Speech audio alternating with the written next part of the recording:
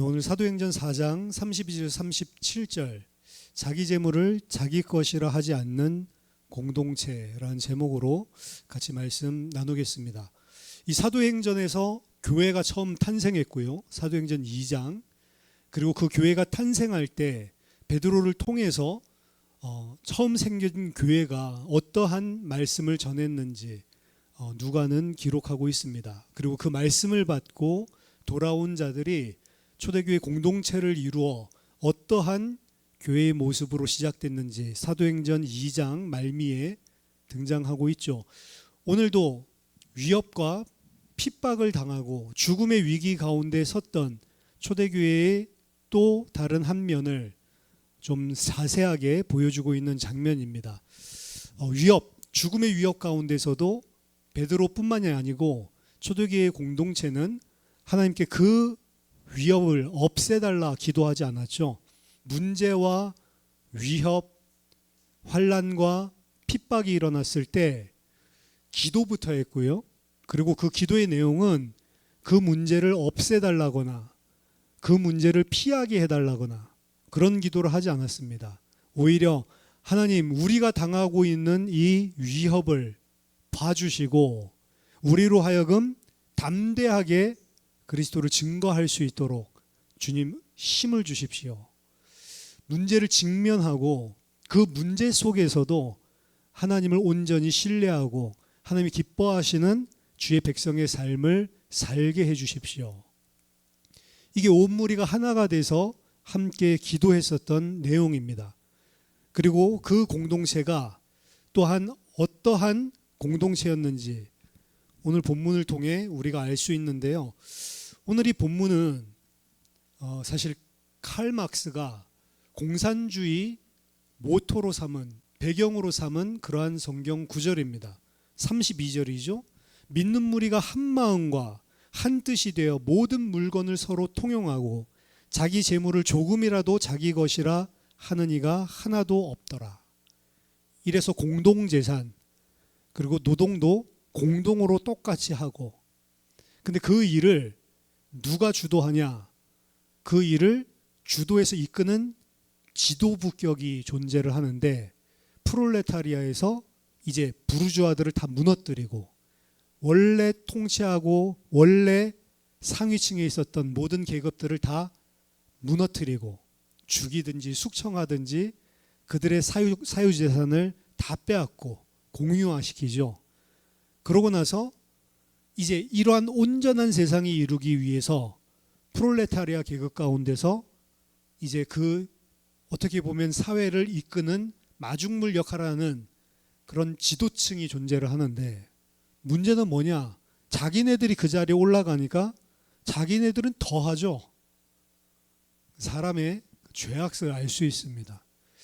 더 통제하고 더 불신하게 만들고 자신의 권위에 도전을 하면 죄명을 몰아서 부르주아 죽이듯이 똑같이 없애버리는 그런 일들이 사실 공산주의에서 발현됐습니다. 결국에 공산권이 소련이 무너지면서 많이 와해가 됐는데, 그 와해가 된 이유가 뭐냐라고 이야기를 했을 때 욕심입니다. 욕심. 인간이 가지고 있는 욕심, 욕망을 사실 컨트롤할 수가 없는 거죠. 자신이 기득권을 가지고 있지 않을 때는 정의로운 소리를 외치다가 자신이 기득권이 있는 위치에 올라가면 자기가 원래 비판하고 자기가 손가락질하고 어떨 때는 자기가 혁명을 위해서 이거를 고쳐야 된다고, 사회 부조리를 변화시켜야 된다고 많은 고난 받아가면서 싸웠던 그 대상의 자리에 자기가 올라가서 이제는 그들보다 더 심한 사람이 되는 경우가 많습니다. 우리 사회에도 그렇습니다. 저도 같이 대학 때 막 학생운동 막 열심히 했던 선배가 이제는 판사 10년 넘게 하고 변호사 돼서 돈 잘 버니까 이 사회에 대해서 바라보는 시각이 딱 옛날이랑 정반대더라고요. 그래서 저한테 나이 들어봐, 세상 그런 거 아니야. 자신이 생각했었던 그 모든 청년 때 가졌던 것들이 어떻게 보면 한 20년, 30년 지나서는 자신이 좀 힘과 자리를 차지하고 나면 오히려 그걸 지키려고 하는 방향으로 모든 것을 판단하고 해석하는, 그게 인간의 죄성입니다.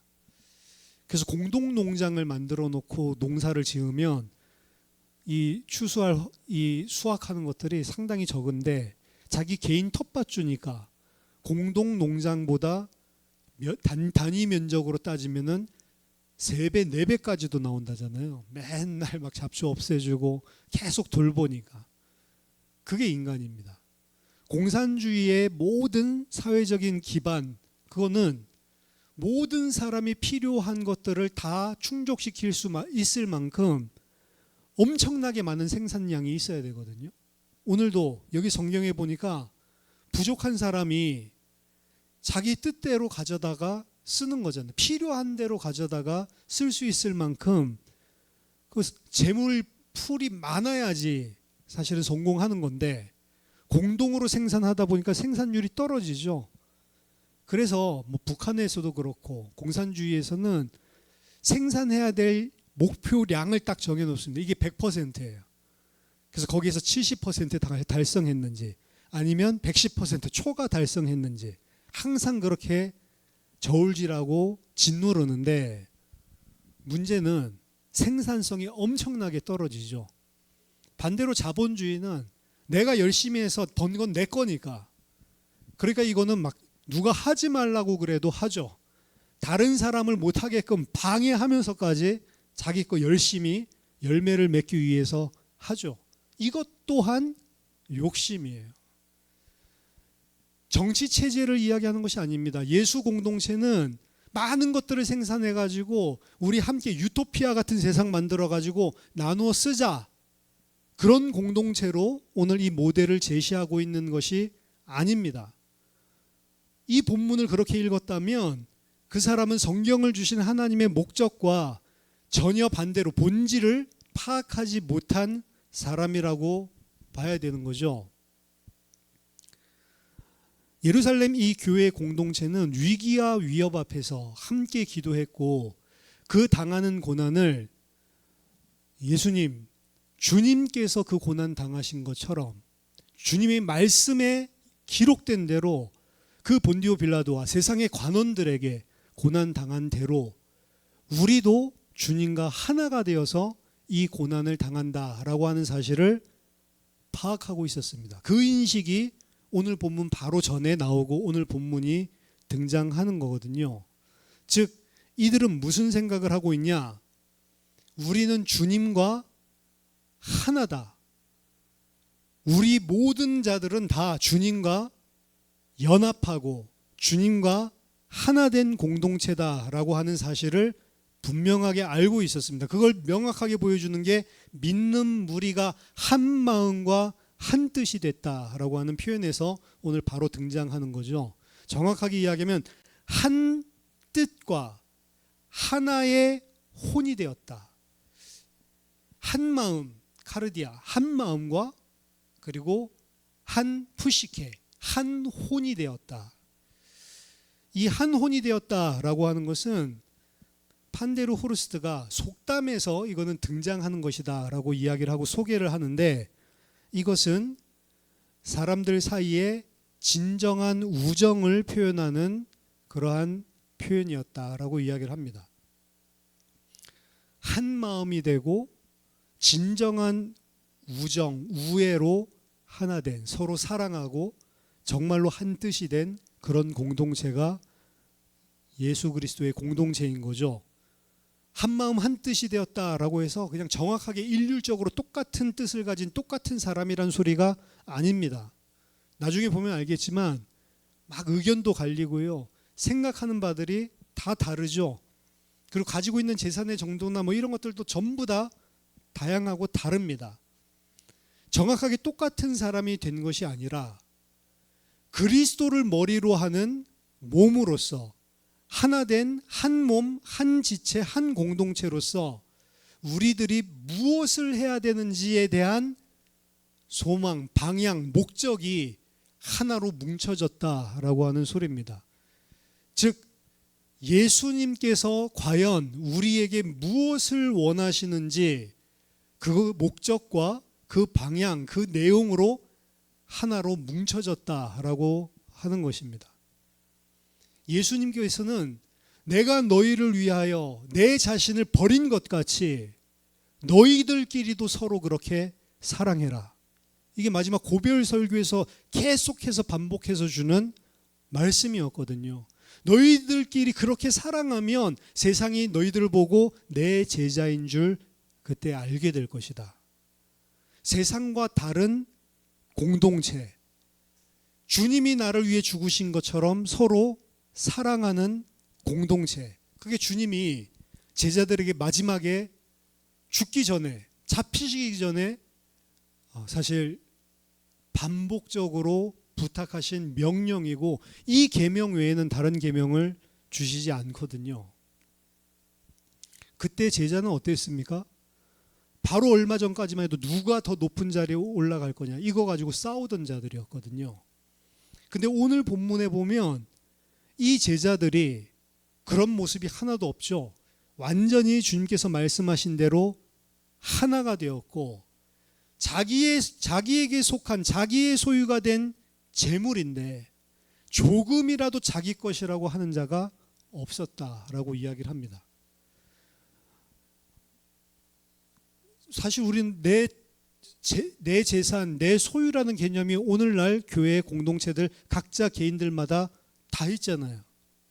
그런데 이 초대교회 처음 생겼을 때 하나님께서 은혜와 성령으로 충만하게 역사하시는데, 그때 이게 오래가지 않거든요. 사실은 제가 늘 말씀하지만 잠깐 정신 차렸다가 잠깐 성령에 충만해가지고 정신 놓고 있다가 정신 차리면 제자리로 가는데, 바로 5장부터 제자리 가는 이야기들이 연속적으로 등장하거든요. 근데 성령에 충만했을 때 이 사람들의 모습을 보면 자기의 재물을 조금이라도 자기 것이라고 하는 사람이 없었다라고 이야기합니다. 이 우리나라 개역개정에서는 등장하지 않는 언어인데, 이 재물을 조금이라도 자신의 것이라고 하지 않고 서로 통용했다라고 되어 있는데, 이 재물을 공동의 것으로 두었다라고 하는 의미입니다. 공동체가 함께 쓰는데 그곳에 내 것을 가져다 놓고, 이것은 내 것이 아니고 우리 몸된 공동체의 것입니다. 공동의 것으로 모든 것을 내놨다라고 이야기합니다. 이 공동의 것, 영어에서는 common이라고 되어 있는데, 이 공동의 것은 헬라어로 코이나라고 되어 있습니다. 코이나는 동사 코이노에오, 유대하다, 여기에서 유래를 했고요. 우리가 잘 아는 코이노니아, 친교, 교제라고 하는 거죠. 유대감. 이 공동체는 서로가 유대되고 결합돼서 하나 된 공동체이고, 너 나를 구별하지 않고, 사실 성경의 가장 핵심이죠. 네 이웃을 네 몸과 같이 사랑해라. 이것이 완전히 일어난 형태의 모습이 오늘 사도행전 4장의 이 공동체의 모습입니다. 왜 특별히 재물을 가지고 이야기하냐라고 했을 때, 예수님께서도 마태복음 6장에 하나님과 재물을 겸하여 섬길 수 없다라고 했지만, 재물이라고 하는 부분이 사실은 굉장히 어려워요. 왜냐? 다 필요하니까. 나도 필요하고 저 사람도 필요하고, 풍족하게 이거를 가지고 있는 사람이 어떻게 보면 우리 수준에서는 풍족하게 여길지 몰라도 그 풍족한 사람 수준에서는 풍족하다고 여기지 않습니다. 개인이 나는 너무 풍족해서 다 나눠주고 싶어, 이런 사람은 하나도 없어요. 그리고 왜 거기에 집착하냐? 부족해서 그래요. 쓸 것이 부족하고 필요한 것이 부족한 거죠. 그런데 여기에서는 물건을 서로 쓰는데, 자기 물건을 공동의 것이다라고 내어놓고 그 사람들은 필요한 대로 그 물건을 가져다 쓰는데 34절의 중요한 핵심, 그 중에 가난한 사람이 없었다. 주일에도 우리가 이 물질관 같이 이야기하면서 나눴던 말씀이죠. 세상에는 언제든지 가난한 자가 너희들 중에 있을 것이다 라고 이야기를 했는데, 사실 이 초대교회 공동체는 그 중에 가난한 사람이 하나도 없었다라고 이야기를 합니다. 당시에 교회는 더 심했을 것으로 생각하는데요. 그레코 로만 시대에 그래도 좀 먹고 살 수 있는 중산층, 진짜 좀 상위 계층, 이 사람들은 10%밖에 안 됐고요. 나머지 90%는 그때는 이 빈부격차가 상당히 컸기 때문에 10%는 좀 잘 살았구나. 그럼 나머지 90%에 또 괜찮게 살고 아주 하층민들 한 10% 못 살겠구나. 이게 아니고 10%가 좀 부유하게 살고 나머지 90%는 엄청나게 다 가난하다고 보면 돼요. 교회 같은 경우는 더 심했단 말이죠. 갈릴리 출신들도 많고 기득권 있는 사람들이 별로 없었단 말이죠. 그런데 이 교회 공동체가 어떻게 가난한 사람이 하나도 없고 자기가 필요한 것을 다 풍족하게 쓸 수 있었냐? 이는 밭과 집 있는 자는 팔아 그 판 것의 값을 가져다가 사도들의 발 앞에 두매 그들이 각 사람의 필요를 따라 나누어 줌이라. 여기 보면 우리나라 언어에서는 눈치챌 수 없지만 그 밭과 집 있는 자가 팔다, 그리고 그 값을 가져다가 뒀다, 사도들의 발 아래 두었다, 각 사람의 필요를 따라 나누어 주었다. 이거는 다 미완료 시제로 써 있어요. 헬라어 미완료 시제는 뭐냐면 지속적이고 계속적이고 반복적으로 이 일을 했다는 것입니다. 그래서 한 번에 다 팔아치운 게 아니고요. 각 사람의 필요가 있을 때 있는 사람이 그때그때마다 자기의 집에 있는 소유를 팔고 밭을 팔아서 그 필요를 다 공동으로 충당한 것입니다. 어떻게 보면 이 10% 사람이 되게 감사한 헌신을 한 거죠. 나머지 사람들, 어려운 사람들, 이 사람들을 가만히 둘 수가 없어서 그들의 필요를 챙겨서 사도의 발 아래 두었다라고 하는 것은 이 나중에도 보겠지만 이 사도가 그러한 가르침을 사실 했다고 보아야 합니다. 사도가 그러한 은혜를 나눌 수 있는 말씀으로 사실 주님께서 제자들에게 가르치신 그 사랑인데 그들을 가르쳤고 사도의 권위에 의해서 각 사람이 필요에 따라 그것을 다 나누어 쓰던 그러한 공동체였다라고 이야기를 합니다. 그 결과로 그 중에 가난한 사람이 없었던 거죠. 빌립보서 2장 2절에서도 보면 마음을 같이하여 같은 사랑을 가지고 뜻을 합치며 한 마음을 품어, 빌립보서 2장 4절, 각각 자기 일을 돌볼 뿐더러 또한 각각 다른 사람들의 일을 돌보아 나의 기쁨을 충만하게 하라. 서로 한 마음 한 뜻을 가지고 자기 일을 각자 돌볼 뿐만 아니고 누구 일도요? 다른 사람들의 일들을 돌봐주라, 테이크케어하라, 이런 이야기죠. 이 모든 것은 어디에서 등장하냐? 그리스도와 연합한 자가 하나님을 순종하고 하나님을 기쁘시게 하려는 마음이 그 마음 속에 뿜어져 나오기 때문에 가능한 것입니다. 이 초대교회의 이 모습을 보고 많은 학자들이 뭐라고 이야기했냐면 이거는 아이디어란 이상적인 모습을 그려놓은 거지 이런 교회는 있을 수가 없다라고 많이 이야기합니다. 이 누가가 그런 교회가 있었던 것처럼 거짓말하고 있다라고 그렇게 이 주장을 하거든요. 그리고 어떻게 이걸 할 수 있겠냐라고 주장을 했고 1세기 당시에는 뭐 그렇게 풍족한 사회가 아니었기 때문에 이게 그런 공동체는 없다라고 이야기를 했는데 근데 쿰란 공동체 그 이제 사회 문서가 그 1940년대에 발견된 거죠. 근데 쿰란 공동체도 보니까 모든 물건을 다 공동으로 소유하고 나누는 그런 공동체였어요. 근데 예수 공동체랑 쿰란 공동체의 차이가 있습니다. 쿰란 공동체는 문서가 나와서 이 사람들이 진짜로 자기의 재산을 다 내놓고 서로 공동재산을 가지고 살았구나, 이건 알게 됐는데 왜 그렇게 하냐? 쿰란 공동체에 속하려면 그렇게 해야 돼요. 그게 명문화 법제화되어 있어요.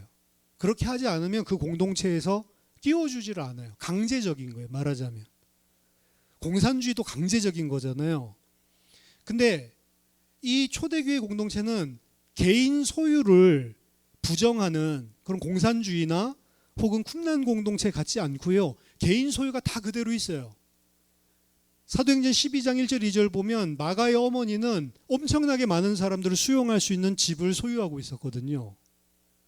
그러니까 아까 전에 이야기했듯이 그냥 다 때려치우고 다 그냥 공동재산해, 공동 막 집단 농장해, 이게 아니고 우리들처럼 똑같아요.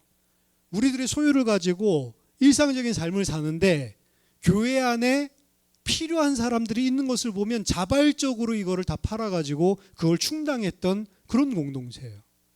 비교할 수가 없는 거죠. 자발적으로. 어떻게 자발적으로 그러한 것이 나올 수 있냐? 하나님의 은혜와 사랑을 받고 그 하나님이 기뻐하시는 뜻을 행하려고 하는 그 마음이 없으면 이 자발적으로 이러한 삶을 사는 것은 불가능한 것이고, 예수님께서 너희들끼리 서로 사랑해라 라고 이야기했지 쿰란 공동체처럼 이런 법제화를 시키지 않고 사도들이 법제화 시키지 않은 것은 하나님이 원하시는 구원도 그렇고 말씀에서 가르치는 것도 그렇습니다. 항상 뭐가 기준이냐면 자발적으로 자원하는 마음으로 기뻐서 그 일을 해야지 하나님이 기뻐 받으시지, 해야 되니까 하는 걸 하나님은 절대 원하지 않으세요. 이게 종교와 복음의 차이이기도 합니다. 하라고 강제성이 없는데 그걸 할 수 있냐? 어렵겠죠. 근데 그걸 한다면 진짜인 사람들이 하겠죠. 근데 진짜인 사람들이 그렇게 하면요, 억지로 시키는 사람을 넘어서는 일들을 하게 되는 게 진짜입니다, 사실은. 공부하기 싫은 아이들 공부해라. 근데 진짜로 어떤 아이들은 공부하는 걸 너무 좋아하는 애들이 있거든요. 근데 그런 아이들이 공부를 해야 돼요, 사실은. 진짜거든, 그런 아이들은. 안 되는 걸 갖다가 억지로 시키는 게 아니고 진짜로 하려고 하는 사람들이 그냥 하면 되는 거예요, 사실은. 주님께서 그리고 하나님께서 성경을 통해서 주신 원리도 똑같습니다. 억지로 하거나 인색하게 하거나 해야 되니까 하거나 이런 짓 하지 말라는 거죠. 마음에 진짜로 자원하는 마음으로, 기쁜 마음으로 하지 않으려면 그거 하는 것이 하나님 앞에 아무것도 아니라는 거예요. 진심 공동체죠. 그래서 주님과 한 몸이 되었다라고 깨닫고 그 은혜를 알고 저 지체도 진짜 나랑 한 몸이다라고 하는 것을 알면 그때에 일어나는 현상이 사실 오늘 물건을 서로 공용하는 그러한 공동체입니다.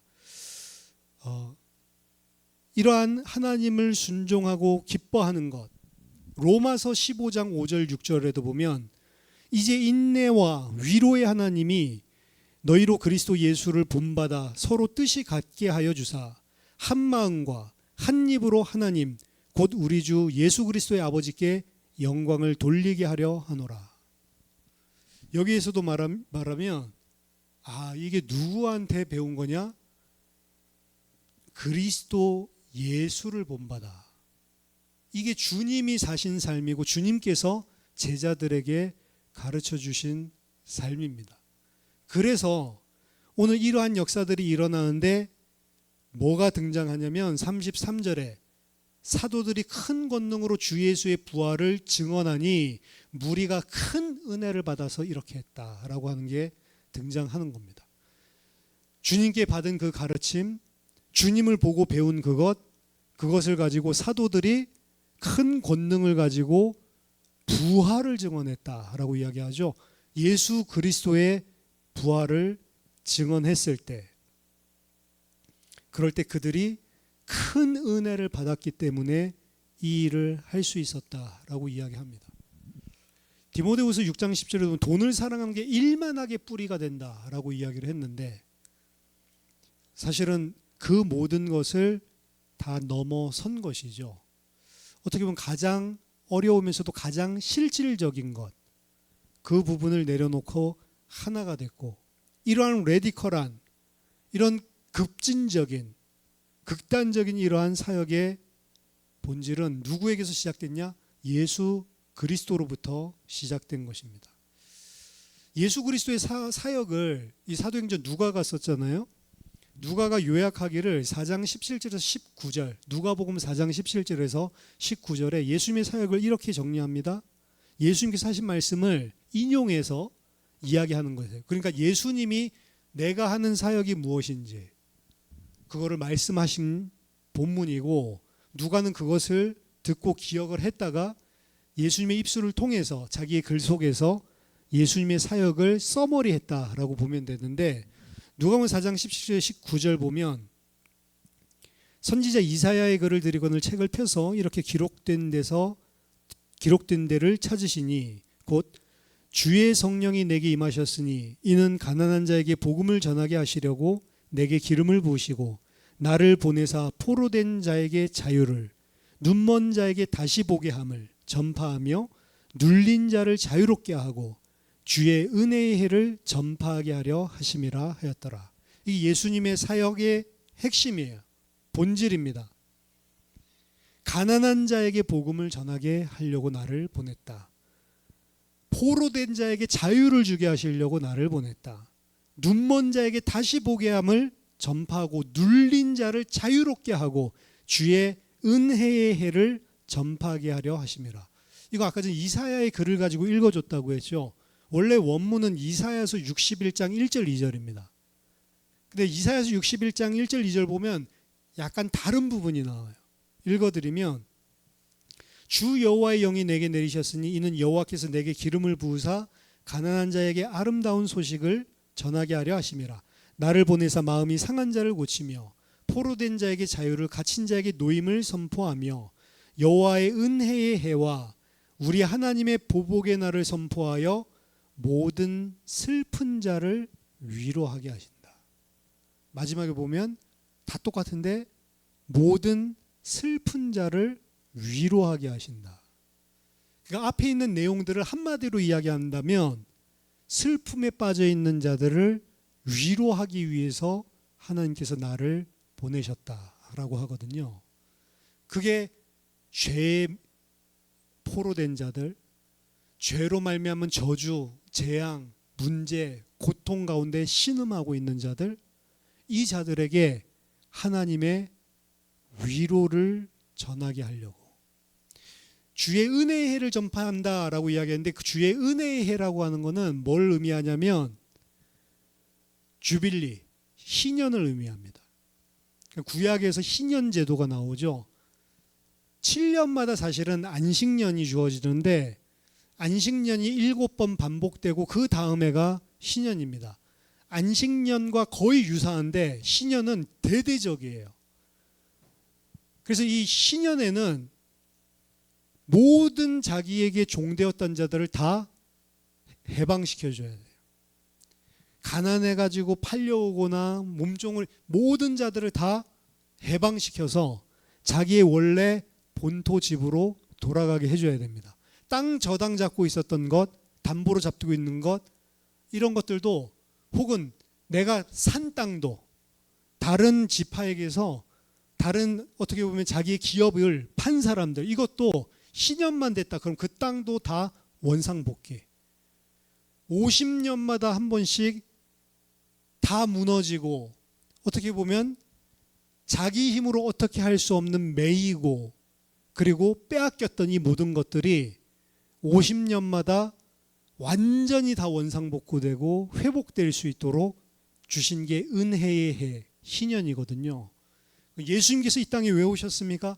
다 빼앗기고 다 상실하고 자기 힘으로 어떻게 할 수 없는 그러한 우리의 문제와 고통을 다 원상복구하고 우리를 위로해 주기 위해서 오신 게 예수님이다.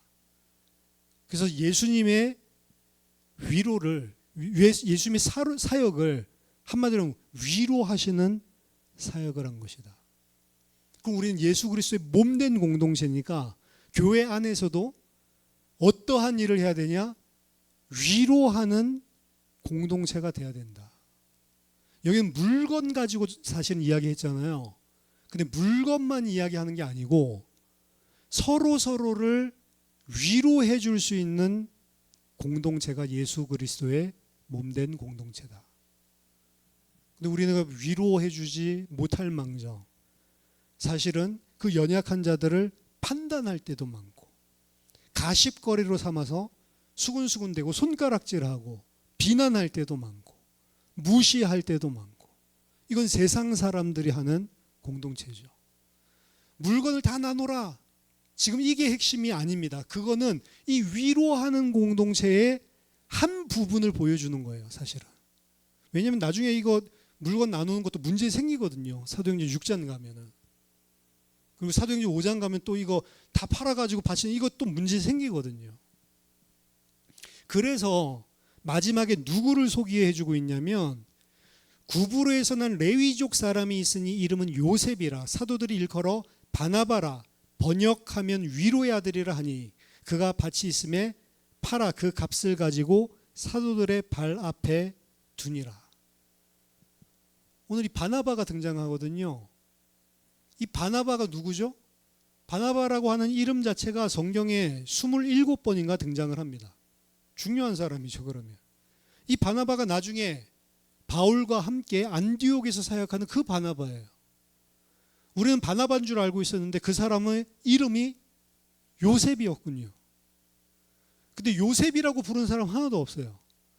별명이거든요. 바나바는 별명인데 우리도 다 바나바로 알고 있고, 안디옥에서 바울이랑 같이 사역한 사람이 누구야? 요셉, 이런 사람 하나도 없거든요. 다 별명으로 이 사람을 알아요. 근데 그 별명의 의미가 뭐냐? 위로의 아들.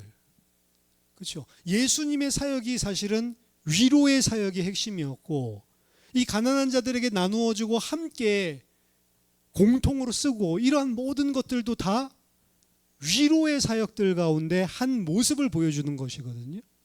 근데 바나바가 바로 위로의 아들이다라고 소개를 해주고 있는 겁니다. 그가 밭이 있음에 팔아. 아까 전에 이 팔고 가져다 주고 이게 다른 미완료로 다 쓰였다고 했잖아요. 근데 이 바나바는 미완료로 안 쓰이고 부정과거로 쓰였어요. 그 말은 무슨 소리냐? 한 몫에 다 팔았어.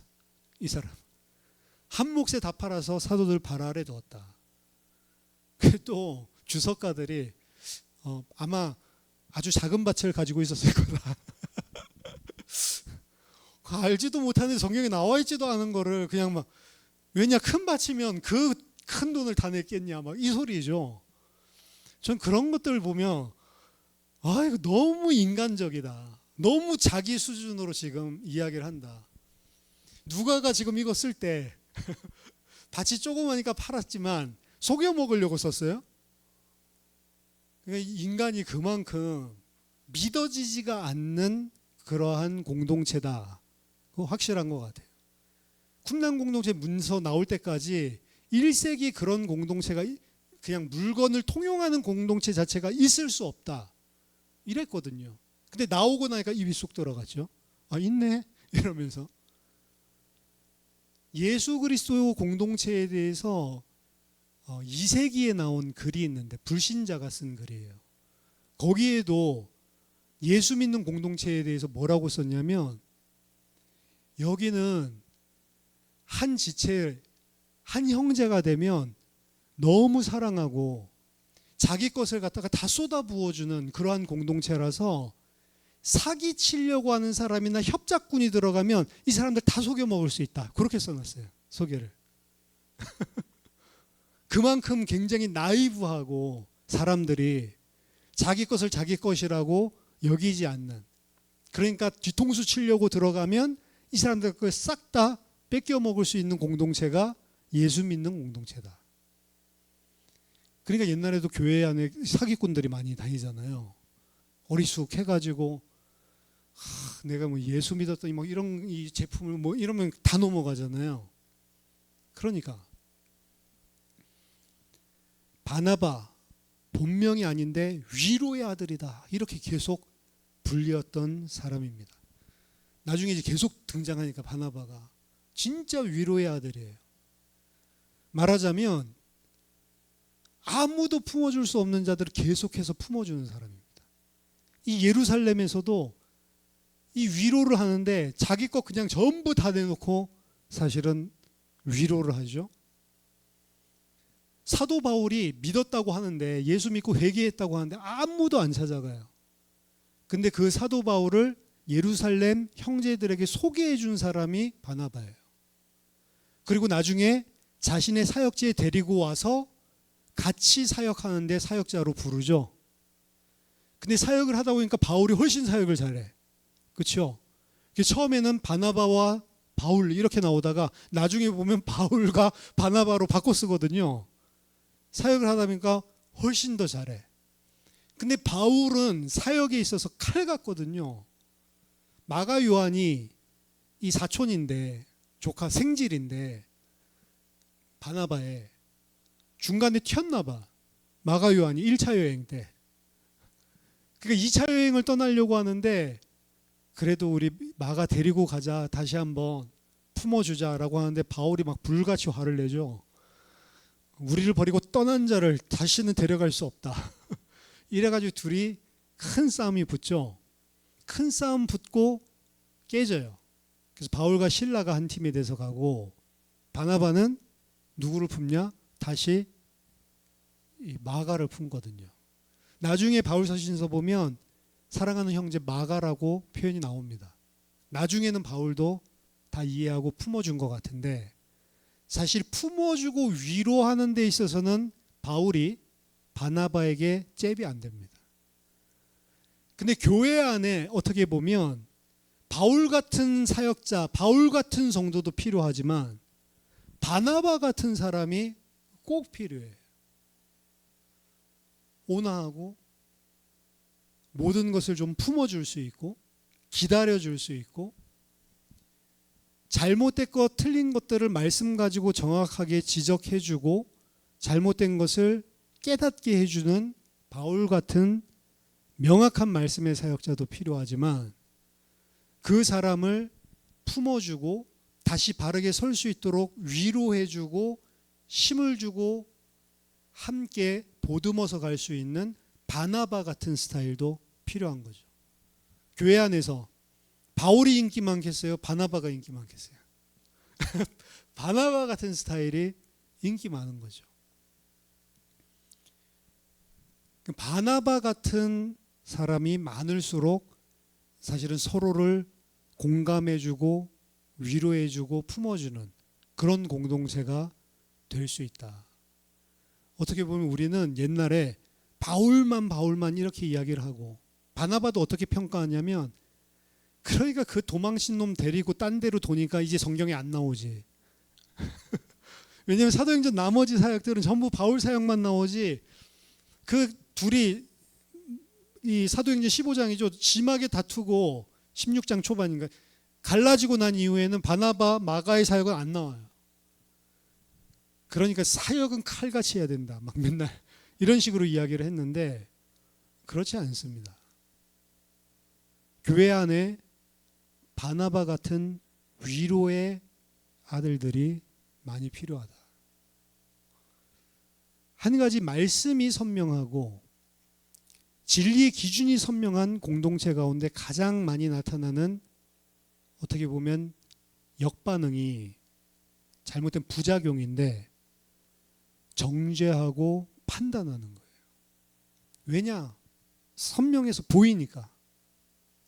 정죄하고 판단을 하는데 그 정죄하고 판단할 때의 마인드를 보면 나도 저와 똑같이 연약해서 넘어질 수 있겠구나 이런 생각은 아예 하질 않습니다.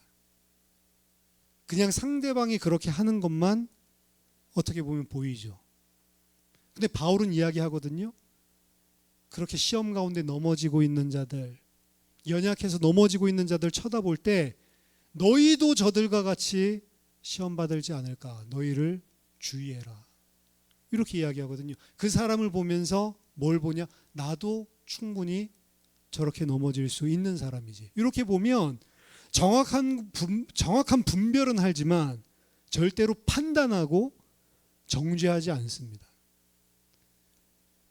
어떻게 보면 제가 지금 좀 바나바와 바울을 극단적인 이런 두 개의 부류로 사실은 말씀을 드렸지만, 사실은 정확한 진리의 말씀 플러스 그 사람의 편에서 그 사람의 형편을 위로하고 품어줄 수 있는 위로의 사람, 이 두 가지가 같이 가는 게 상당히 좋은 거죠. 위로만 할 줄 알고 정확하게 분별을 하지 못하고 이것도 문제가 그냥 덮어주고 그냥 넘어가, 좋은 게 좋은 거야, 이것도 틀렸거든요.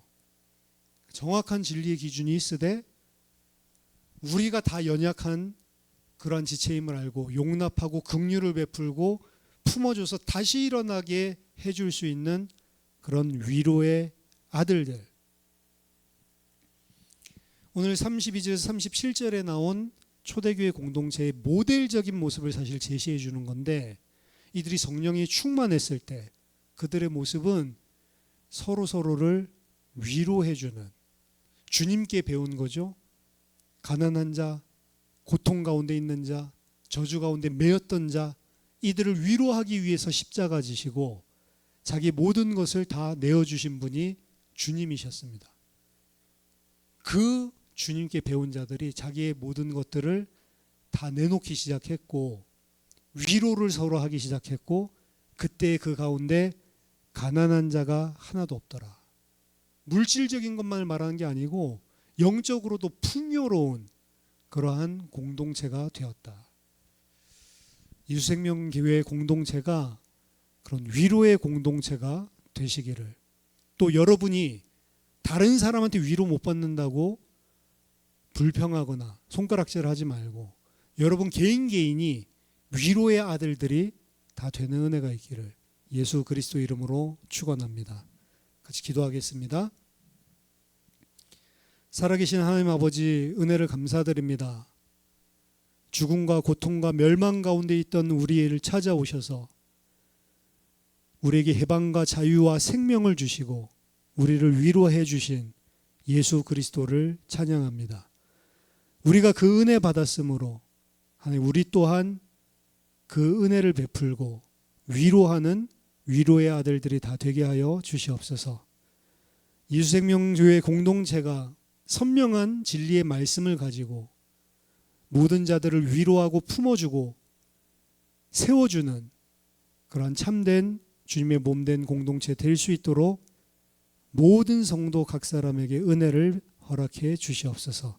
살아계신 예수 그리스도의 이름으로 기도하옵나이다. 아멘.